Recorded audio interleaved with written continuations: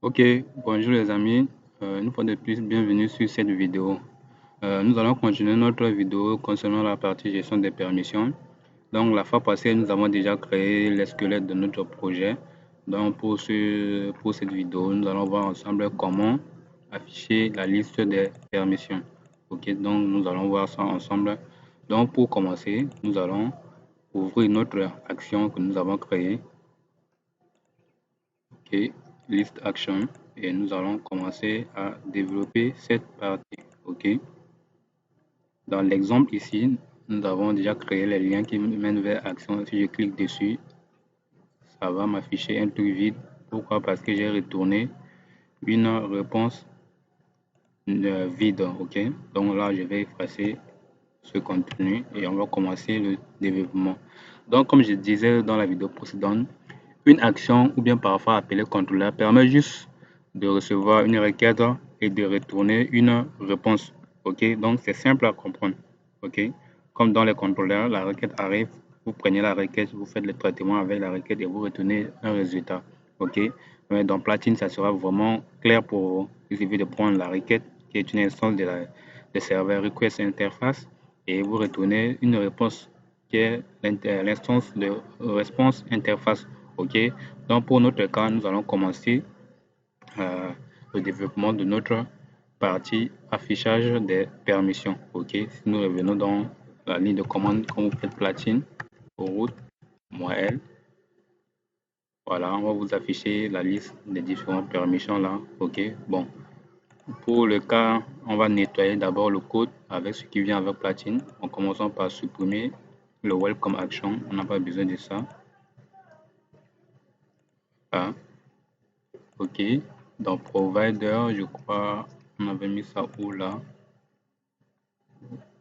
Ah, les deux là, on n'a pas besoin. Là, c'est juste pour la démo. Voilà. Et puis quoi encore? Storage, c'est voilà, le template qui vient avec. Bon, pour l'instant, le template, je n'ai pas. Je ne veux pas le supprimer parce que c'est ce qu'on utilise actuellement sur la page d'accueil. On va le remplacer après dès que nous voulons créer la partie dashboard. Donc, je crois middleware, on avait configuré middleware démo, je ne me trompe pas.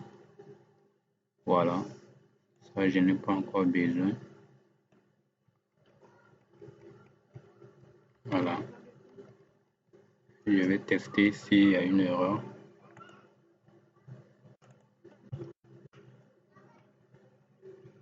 Voilà, il a dit une erreur.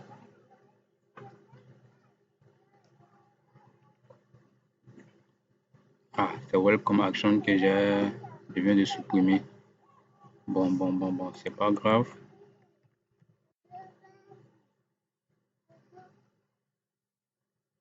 Voilà, là c'est l'erreur qui dit que je n'ai pas encore retourné une réponse dans l'X-Action. Ok, donc nous allons continuer. Après, on va corriger les erreurs.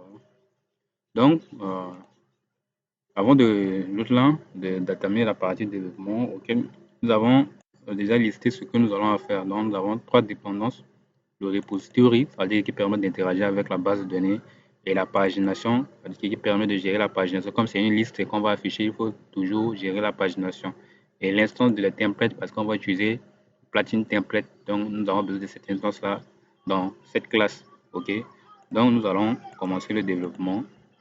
Donc, je vais d'abord récupérer l'instance de la classe request data.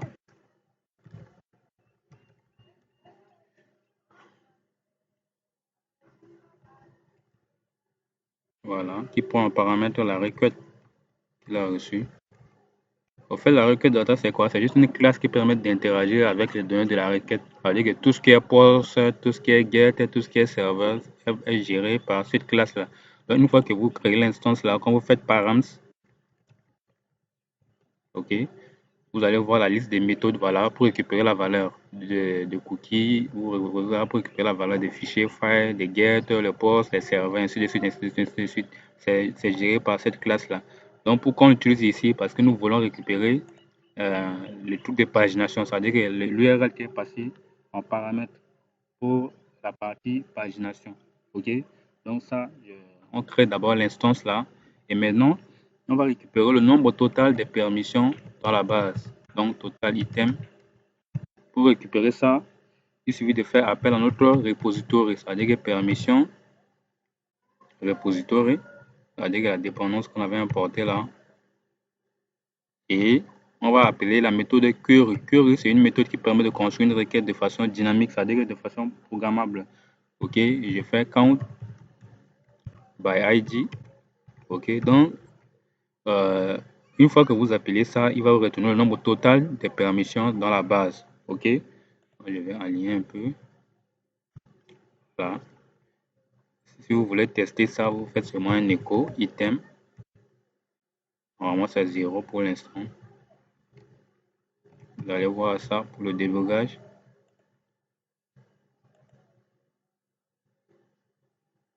Voilà. Ah, c'est 3. Ok, parce que peut-être j'ai créé des choses avant, manuellement. Donc là, c'est pas grave.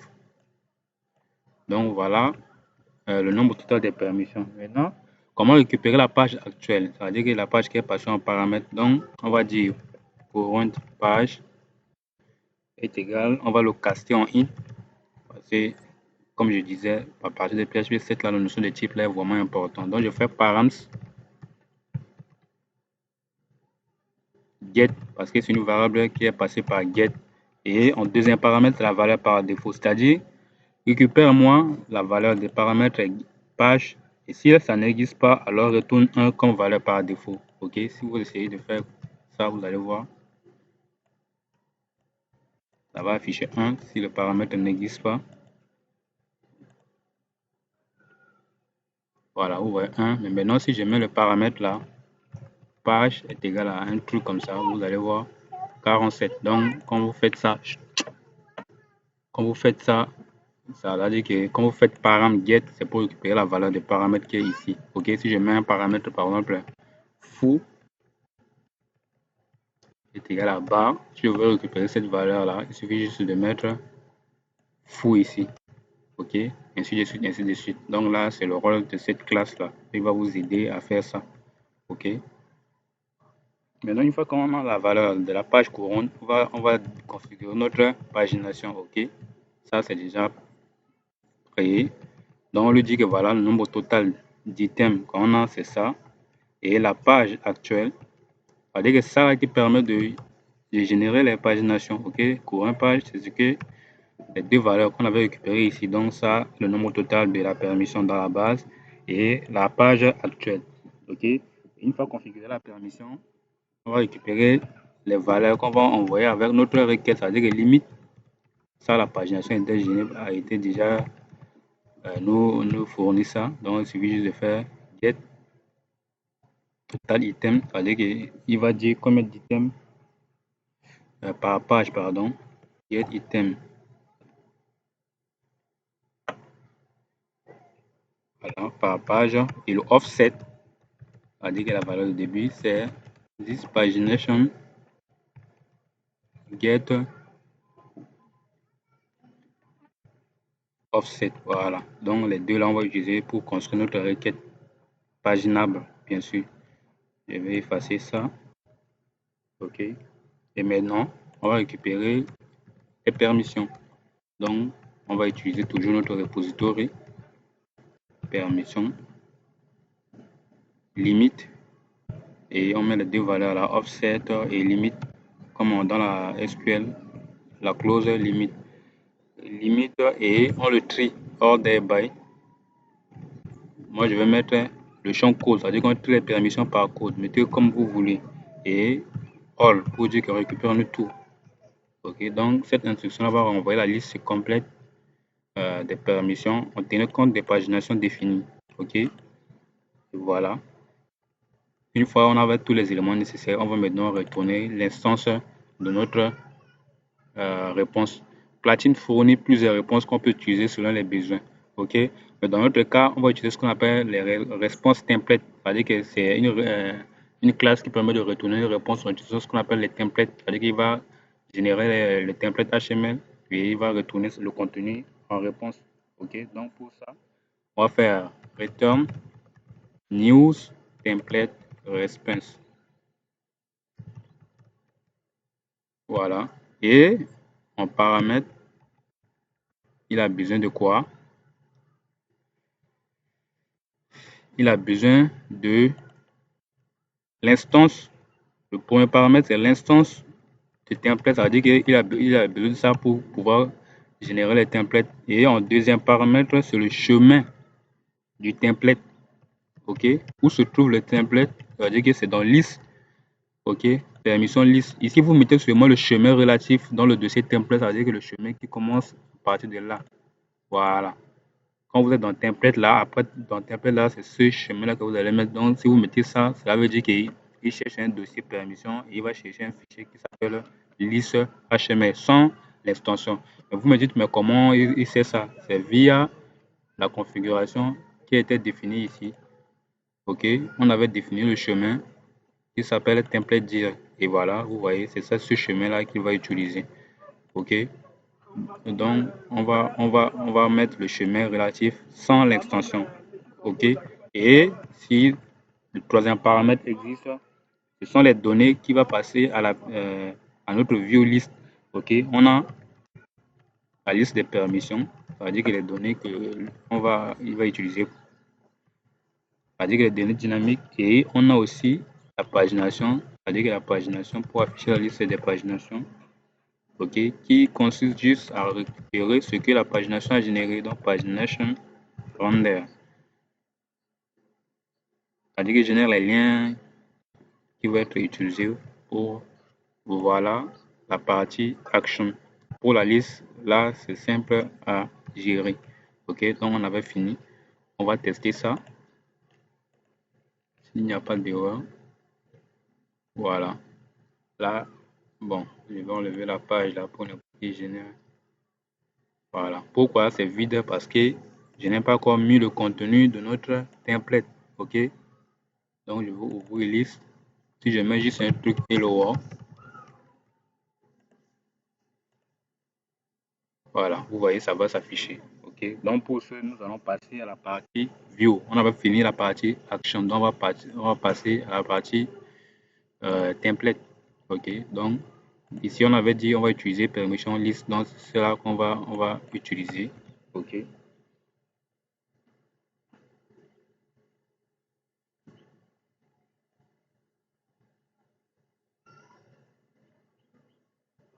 Maintenant, pour la partie template, on va maintenant commencer le template. On a dit qu'on avait créé un template principal. Le template principal, c'est quoi? C'est une template de base, OK? Que tous les autres templates vont hériter pour pouvoir avoir la structure commune de votre application. Donc, si vous voulez étendre une template en utilisant la syntaxe que template platine template nous fournit, il suffit juste de mettre le tag extend. Ça veut dire que moi, je dérive de le template de base qui s'appelle main. Ici, c'est la même chose. Le chemin ici, c'est le chemin relatif dans ce dossier-là. Okay? Si vous êtes dans template, là, vous allez voir ça, main. Raison pour laquelle vous mettez main sans extension. S'il se trouve dans un autre dossier, ça veut dire que other dossier, alors vous mettez ce chemin-là. OK? Mais si le template n'existe pas, lui-même va vous dire que voilà, le template-là n'existe pas. Vous voyez, il a dit ce template-là n'existe pas. OK? Donc, ça, c'est clair pour vous. Donc, si je mets seulement extend, je lui dis que voilà, tu dois hériter de cette template. Voilà. Une fois qu'il est hérité, il va afficher purement le contenu de ce template. Maintenant, à quoi sert l'héritage? L'héritage sert juste à hériter du template de base. Mais ce qui est important, vous voyez, dans chaque instruction de base, on a défini ce qu'on appelle les blocs. Les blocs là, c'est comme si c'est ce que les classes, le template file va redéfinir. Ok, si vous voulez redéfinir une bloc, c'est-à-dire une partie, et que là, vous voyez, virtuellement, ce sont des blocs. Dès que là, vous voyez, là, c'est le bloc navbar. Ce qui est en fond bleu là, c'est ça qui est ici. OK. Le bloc navbar, c'est ça qui est en fond bleu là. Si j'essaie de redéfinir ça, vous allez voir. Si je veux, bon, là, ce que tu as proposé là, moi, je ne veux pas ça. OK. End bloc. Ça veut dire que pour dire que le bloc là s'arrête là. Vous voyez. Mon navbar, par exemple, vous allez voir ce que ça va donner. Voilà, vous voyez, il a changé complètement la partie navbar. Donc, ça veut dire que je fais de l'héritage. Ça veut dire que j'hérite de template de base, mais je modifie ce qu'il a fourni au début. OK? Donc, c'est l'avantage de Planty Template. Donc, nous fournit un template de base et maintenant, c'est à nous de définir les blocs que nous voulons modifier. Et si vous voyez bien, la plupart des blocs que nous allons modifier, c'est ce bloc-là. Body, ça veut dire que la partie contenu, ça veut dire que cette partie-là, ok, donc je vais effacer ça. C'est cette partie, si vous voyez bien, ces parties, les parties qui sont là sont statiques, mais cette partie-là en bleu là, je dis bleu au centre là, qui sera dynamique, ok. Donc de là jusqu'à là, jusqu'à là, jusqu'à là, c'est cette partie-là qu'on appelle body. Donc c'est ça qu'on va hériter, ok. Donc je vais mettre ça pour dire que je voulais redéfinir ton bloc body là que tu as défini, ok. Si je mets seulement mon body, vous allez voir. Voilà, vous voyez, le mot body s'affiche ici. Ok, si vous voulez voir de quoi il s'agit, vous mettez juste un div style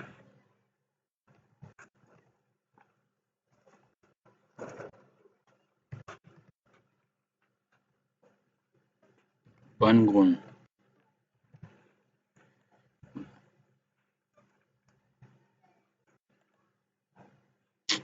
Oh.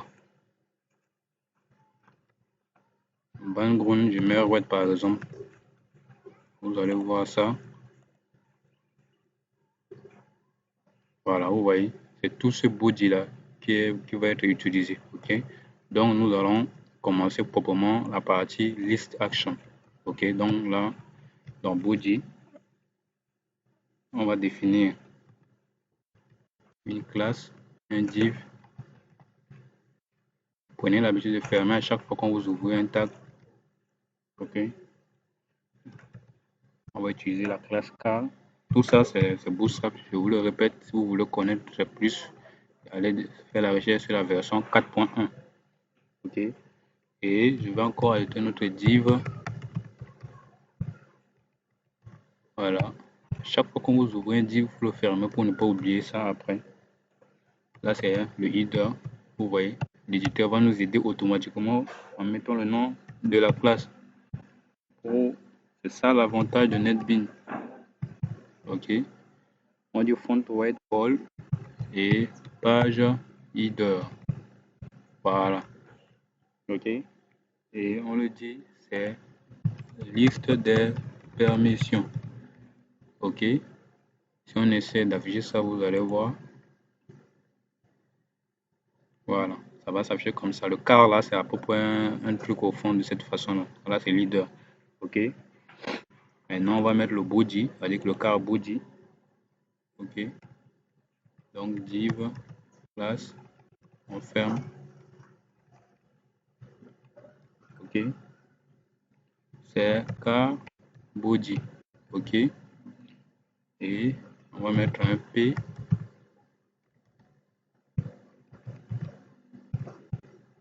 Qu'on va en lien à droite, texte à ligne, texte right, pardon. Et c'est là qu'on va mettre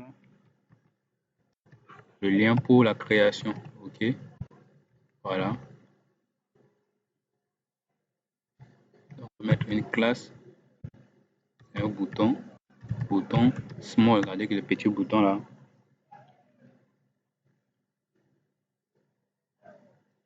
C'est un bouton qui prend un truc de success, c'est-à-dire que couleur verte.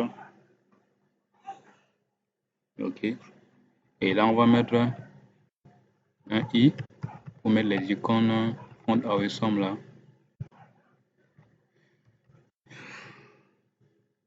Je vais mettre là, c'est de FA circle plus circle, c'est-à-dire qu'un plus avec circle, avec le cercle, pardon. Et là, je dis créer une permission. Ok. Si je recharge la page pour voir l'évolution. Voilà, vous voyez, ça va sortir ainsi. Ok. Maintenant, le lien, on va mettre comme comment. Ça, je vous ai déjà expliqué. Pour mettre le lien vers votre route, il suffit de mettre, utiliser le tag route URL, pardon, c'est de 8 et espace le nom de la route. je vous ai déjà montré comment récupérer le nom de la route, c'est pour créer une permission. Donc là, le lien, c'est pour créer une permission. Je vais copier le nom et je viens coller. Quand vous rechargez la page, aucun problème, ça veut dire qu'il a créé le lien. Si le nom n'existe pas, il va vous dire automatiquement. Si je mets par exemple un S pour créer une erreur, vous allez voir. Voilà, il a dit cette route-là n'existe pas. Ça, c'est clair. Donc, tout est contrôlé. Donc, si vous faites des bêtises, il va automatiquement vous le dire. OK, donc on va continuer. Maintenant, on va faire une instruction if. Pour faire un if, on dit toujours les tags. Le tag commence toujours par if. Si c'est pour le bloc, toujours par if. OK, maintenant, comment on va faire le tag là? If permission, point size est supérieur à 0. Ça veut dire que si on a fermé en même temps, and if. D'où vient ce nom-là? Ce nom, c'est ce qu'on avait passé ici. Vous voyez, permission là, c'est ce nom-là qu'on va utiliser dans le template. OK, donc j'ai dit si la taille, là, ça sera un tableau. OK, la méthode for là renvoie un tableau. Pour savoir quel là, il suffit de revenir ici.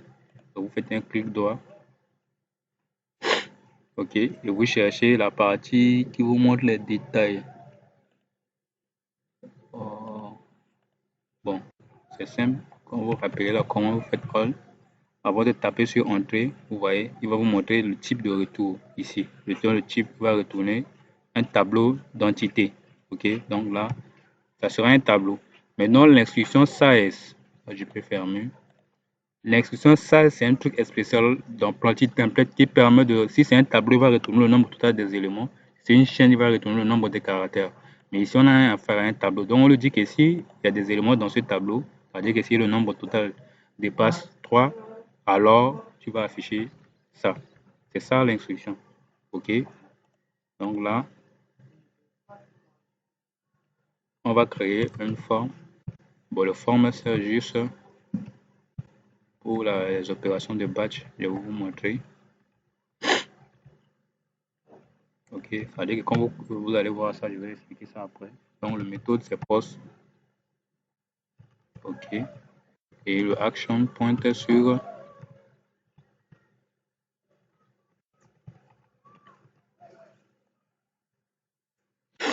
là, on va créer vers les opérations batch, c'est-à-dire que le route URL, OK, ce qui est ici là. OK. Et je ferme. Maintenant, comme c'est un formulaire de type batch post, il faut mettre cette instruction là, cross suite request for gérer. C'est-à-dire qu'il se permet de protéger contre les attaques cross site. Si vous ne mettez pas ça, quand vous allez valider ça, il va vous générer une erreur, dit que le token est manquant. OK? Donc là, je mets ça et je vais créer maintenant mon tableau. C'est-à-dire un tableau qui va contenir. Oh là là.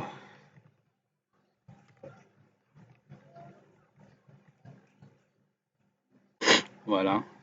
C'est table responsive. Ça veut dire que pour le tableau responsive. Voilà. Et là, je crée maintenant le tableau. Le table. Voilà. Table class égale à table over. C'est-à-dire que quand vous survolez la ligne, ça va rendre ça un peu un table petit. SM. Et avec de bordure. Voilà. OK. Et je vais mettre un TI2. Voilà. Toujours fermé en même temps que moi. OK. Et un TH pour définir les colonnes. OK. Maintenant TH pour chaque header. Voilà. Je vais dupliquer. Le premier TH va contenir un input.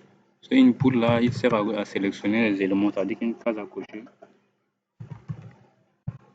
On name égale à item. Sera un tableau. OK. C'est mal fait ici.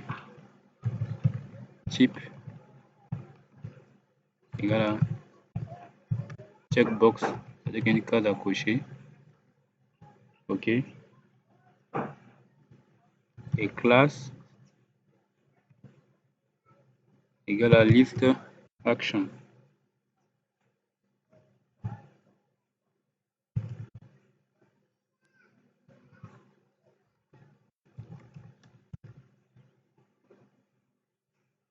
OK. Et je ferme. En fait, le nom de la classe ici n'est pas choisi au hasard. Ce nom-là est bien spécial. Quand vous allez dans Asset, vous allez voir ce que ça veut dire. Si je recharge la page, est-ce que j'aurai une erreur? Voilà. Quand vous sélectionnez ça, quand vous cochez ça en ligne, bon, vaut mieux je finis d'abord avec pour que vous compreniez très bien. Je vais passer au deuxième. On a ID, on a code, on a description, on a les dépendances,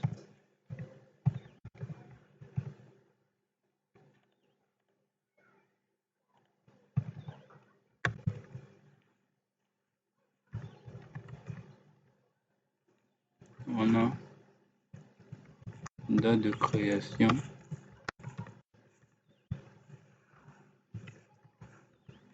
on a date de mise à jour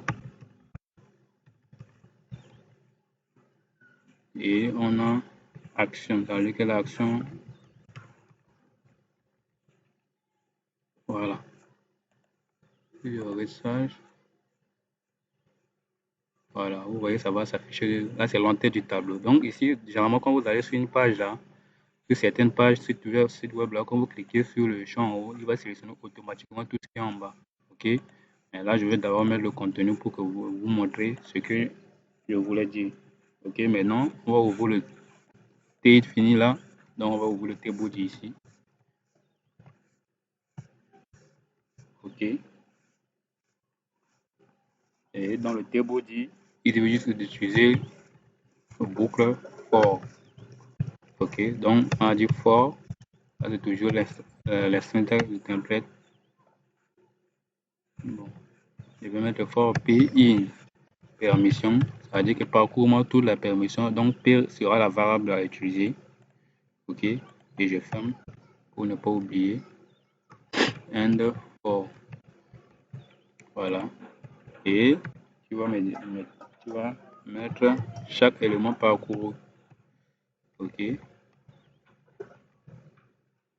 Donc, on a TD. Voilà, je vais dupliquer. Maintenant, notre premier TD sera le champ case à cocher qui va récupérer tout input name. Ça sera un tableau d'item. OK? Ça, je vais vous montrer pourquoi. Et value. OK? Value, c'est notre variable de template là. Donc, pour afficher une variable, c'est double accolade. Le P, c'est le P qu'on avait mis ici. OK? Si vous mettez I, alors il faut remplacer ça ici. Donc, P et le nom du champ dans la base, c'est ID. OK? Et vous fermez votre. Et c'est quel type? C'est un type case à cocher. OK? Check box. OK? Checkbox, je ferme ça pour ne pas oublier à la fin. Et la classe aussi n'est pas choisie au hasard.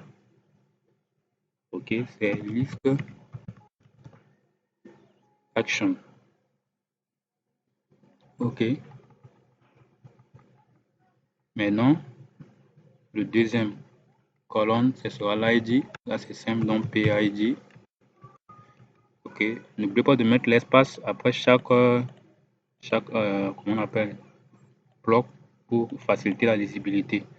Donc, on a le P, on a le ID, on a le code. Vous voyez. Après, on a la description. OK. On a la dépendance. OK. Le nom du champ dans la base. OK. La date de création. Created at. La date de modification. Update. add, ok. Et les actions, donc on a td class égale à action, ok. Donc les actions c'est quoi? C'est juste mettre un bouton pour modifier, ok. Donc je vais faire a href, je ferme, ok.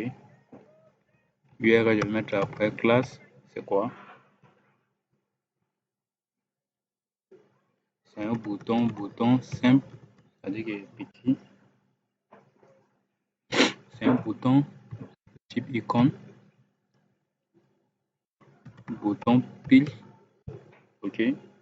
Et son attribut c'est primary, c'est-à-dire qu'il est à peu près couleur bleu foncé, ok. Je vais mettre encore les trucs font avec somme là. On dit FA, FA, c'est FA. FA et 10, c'est-à-dire que icône en forme. Voilà. Ok, maintenant l'URL, ça sera route URL. Et le nom pour la modification, c'est ED. Maintenant, quand vous mettez ça, vous voyez, ça va générer une erreur. Ok.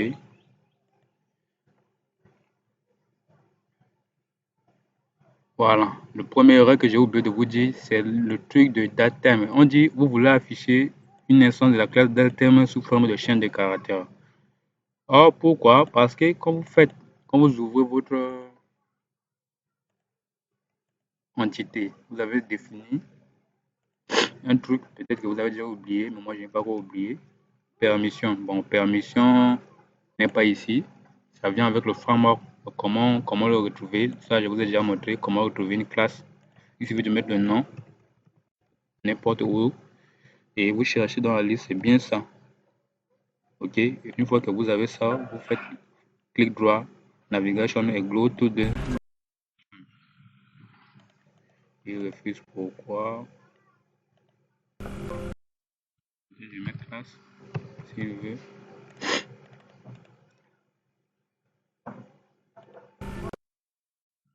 Je descends tout d'abord. Je ne sais pas comment vous. Quelle bêtise. Bon, je vais retester. Et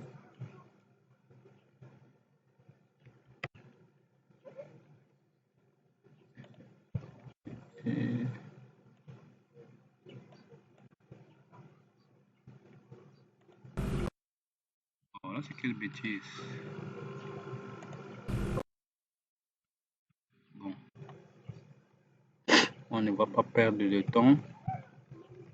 Je vais directement aller dans le système de fichiers. Donc, vous allez dans Vendor, PHP Platine, avec tout ce qui est composé à installer. Et vous cherchez Framework, Source, Autant, en Autant, et Entité et Permission.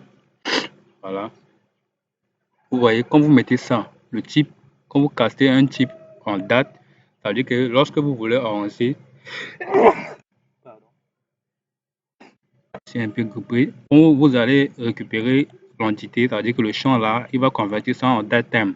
Ok, donc comment faire pour afficher l'instance de la datetime dans la view? Ok, donc ça, il suffit d'utiliser un filtre que le template nous a fourni qui s'appelle date. Donc pour utiliser un filtre, il suffit juste de mettre le pipe et vous mettez le nom de filtre et vous mettez ce qu'on appelle deux points pour mettre les arguments. Donc, les arguments, c'est le format de date que vous voulez utiliser. Donc, je vais utiliser le format FR, c'est-à-dire que on sait, years et HI. C'est le même format utilisé dans le truc de date. Donc, je vais tester d'abord avant de passer à partir update date. Voilà. Maintenant, je vais copier la même chose pour la partie update date. Voilà, là c'est bon. Maintenant, il dit notre paramètre ID n'est pas passé. Ce message-là vient de route. C'est-à-dire que, comme vous voyez dans la partie edit, ok, Vous voyez, quand vous me voyez permission update, vous voyez un paramètre qui s'appelle ID ici. C'est ce paramètre-là qu'on n'a pas précisé. On n'a pas précisé où lorsque nous voulons créer le lien ici. Ok, ce lien-là. On le crée, mais on n'a pas précisé comment récupérer l'ID. Ok, maintenant le tag, votre URL nous fournit un système de récupération de l'ID. Il suffit de mettre l'espace ID, 2 points, et la valeur. La valeur peut être une valeur scalaire, c'est-à-dire que 78 par exemple. Ok, là c'est moi qui ai mis en pur à dur. Voilà, vous voyez l'horaire est parti et le lien a été créé. Vous voyez tout est 78, tout est 78. Mais dans notre cas, c'est pas un truc fixe, mais c'est dynamique qui vient dans la variable ID. C'est l'ID qu'on va mettre ici, l'ID de la permission. Donc il suffit de mettre, il supporte aussi le nom des variables. Donc je mets PID, ça veut dire qu'il va convertir ça automatiquement à sa valeur. Ok, si c'est 1, c'est 1, et ainsi de suite. Ok, si je recharge la page,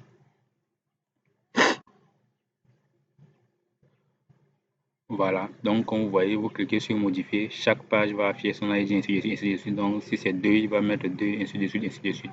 Ok, maintenant, je reviens sur le truc de checkbox là, voilà. Quand vous sélectionnez ça, automatiquement les autres checkbox là ont été sélectionnés. C'est pas de la magie. C'est ce qui est venu dans la partie statique que je vous ai demandé de récupérer sur GitHub. Ok, si vous ouvrez le fichier statique JS app là, vous allez voir ça. Ok. Voilà. Voilà le nom de la classe que je vous ai dit, c'est pas du hasard. Ok, vous voyez, quand j'ai mis ça ici, c'est pas du hasard. Ce nom-là est utilisé quelque part. Ici, c'est simple. On a dit que tout ce qui est list action, en cas de changement, on va dire que quand vous faites un clic là, ça déclenche un événement change. Ok, que ce soit c'est coché ou bien décoché. Ok, alors il va passer, on récupère la valeur. C'est-à-dire que est-ce que la valeur de la propriété check it. Si c'est true, ça veut dire qu'on sélectionne. Si c'est false, ça veut dire qu'on désélectionne.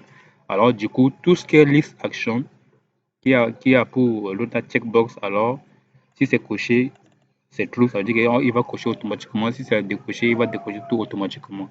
Donc, voilà le nom des classes qu'on avait mis ici. Et ici, là, n'est pas du hasard. Ça veut dire qu'il y a bel et bien un nom. OK? Donc, voilà ce que je voulais vous rappeler concernant cette partie. OK? Et donc, une fois qu'on ferme le N4, le debugger le table, ok,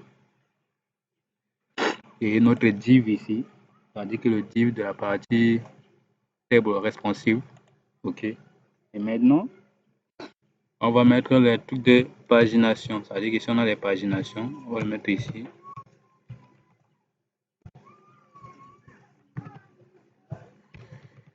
Ok.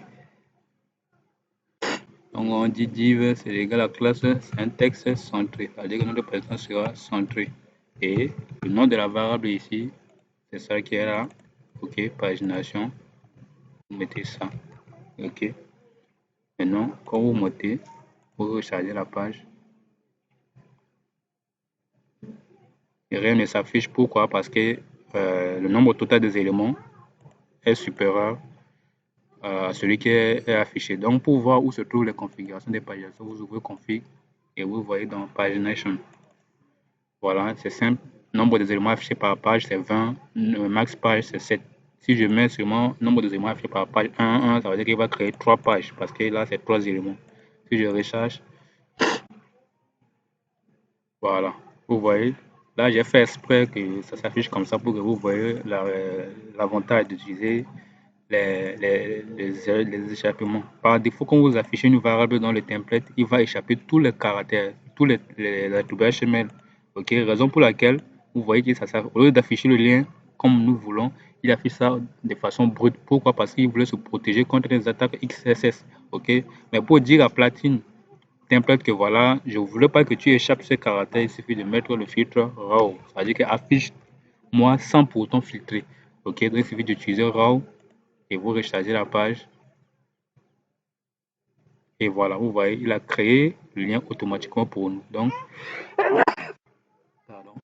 Quand vous cliquez sur la deuxième page, il va amener sur la deuxième page. Vous voyez maintenant ce qu'on avait récupéré ici, là, le nom des variables page là. Donc, vous voyez, ça change automatiquement et le truc là se déplace. Ok. Et là, je vais revenir sur le truc de 20 par page. Donc, vous pouvez changer ça comme vous le voulez. Ok. Donc là, c'est la partie pagination. Maintenant,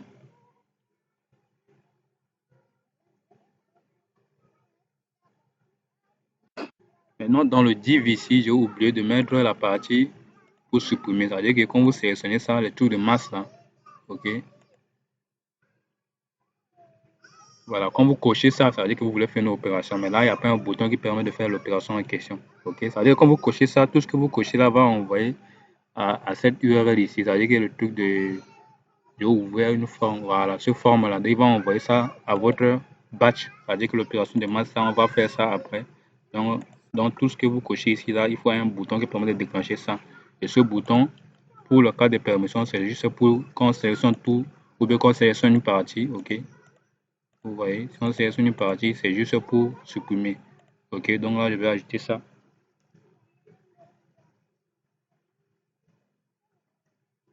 Donc, avant de fermer forme, je vais mettre un P, place, égal à texte, c'est-à-dire que je vais aligner ça à droite. Et voilà. Je vais mettre un input, type, égal à submit. Bon, je ferme en attendant. Et je vais mettre des attributs name. Le name ici, c'est très important. Je vous revenir dessus quand nous allons faire la partie batch. Ok, et les values, c'est-à-dire que le texte du bouton, c'est supprimer. Ok, et les classes CSS, c'est un bouton de texte petite, et bouton danger, c'est-à-dire qu'en couleur rouge pour dire que ah, l'action ça sera un peu dangereux. Ok, et maintenant on lui dit qu'on clique sur ça. Ok, qu'est-ce qu'on fait? Le fait de faire un clic, on va demander à la personne de confirmer. Donc confirme. Ok, on le dit êtes-vous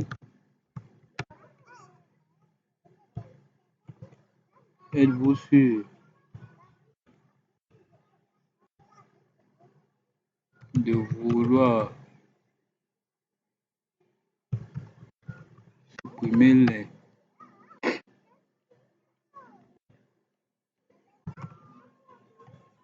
oh là là,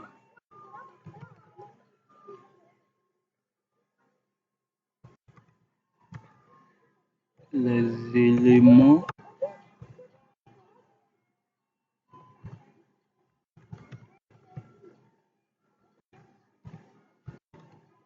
voilà, le point virgule, c'est un truc JavaScript. Voilà, on va recharger la page. Voilà, le bouton est là, quand vous cliquez, bon là il n'alerte pas, cela veut dire que j'ai fait une bêtise, forcément.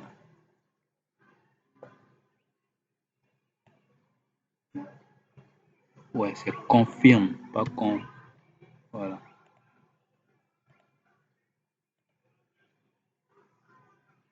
Voilà. Voilà. Il vous demande si vous cliquez sur OK, il va déclencher. Quand vous cliquez sur Cancel, il va annuler. OK. Donc là, c'est le bouton. Donc, quand vous cochez ça et vous cliquez ici, mais là, je n'ai pas commis cette action. Voilà, quand je clique, vous allez voir ça. Voilà, il retourne sur batch parce que c'est l'opération ici là qui permet de faire ça. On n'a pas encore fait ça. OK. C'est la raison pour laquelle ça génère une erreur. OK. Et maintenant, une fois que c'est bon, au cas où si, c'est-à-dire que l'alternative, s'il n'y a pas de permission, c'est-à-dire qu'il y a le else là,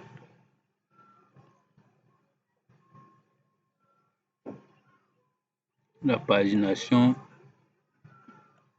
je vais le mettre ici après le forme. Donc, il faut bien voir. Là, c'est le div du tableau. Voilà. Et après, nous avons fermé le forme qu'on va mettre la partie pagination. OK. Voilà. Et ici, else, c'est-à-dire que s'il n'y a aucune donnée, alors on va faire juste un message pour dire à l'utilisateur. OK. La classe est alerte, alerte info.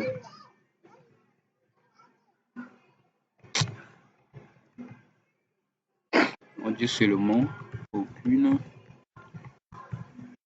données disponibles à afficher.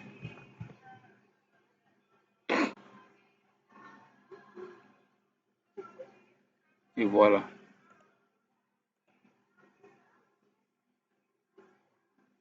Voilà. Donc voilà, je crois, la partie concernant l'affichage de permissions. Ok, donc pour ceux